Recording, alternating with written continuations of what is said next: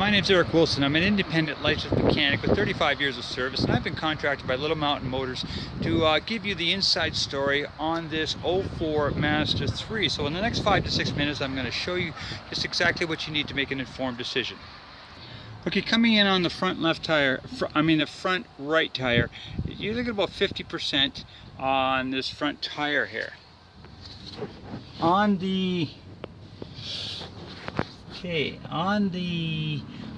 See that boot there? That's called the outer CV boot, and that is dry, and that's a good thing. This is your and your strut here is good and dry, which is really important because that is your suspension. So that's looking pretty healthy. Your brakes on the front right I know these are brand new because I changed them myself. I do his work for them, so they're a little bit of surface rust, but these are brand new. They just haven't been driven. And with the jack under the front wheel, I'm going to now check the outer tie rod, and the outer tie rod is tight, and that's critical because that's the only thing that holds the wheel to the steering. Now coming in on the front left tire, again about 50% on your tread. On your outer tire, or you see your CV boot is good and intact. Your struts, okay, your strut here is good and dry, and that's critical. And now I'm going to check again, front brakes are brand new because I changed them. They just haven't been driven. And with the jack under the front, the outer tie rod is good and solid. Okay, coming in on the rear tire, the rotor's a bit of surface rust, but very new.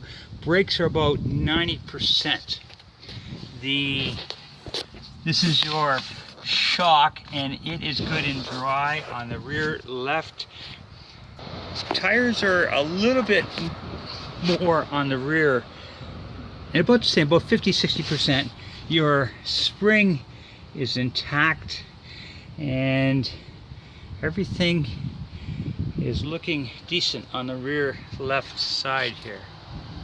Okay, on the rear right gain, pretty much a brand new rotor, and about 90% on your right rear. Your right rear shock is good and dry. The tire tread just about the same as the front, about 50%. Your spring is intact, and everything else is looking in good order in this right rear. Okay, with my it's hard to read that scanner because of the glare, but there is no check engine lights, so there's no check engine codes that I can see on the scan for the motor.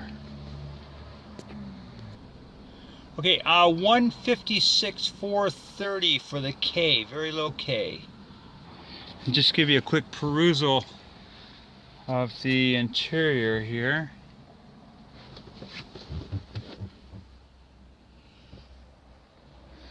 Very clean.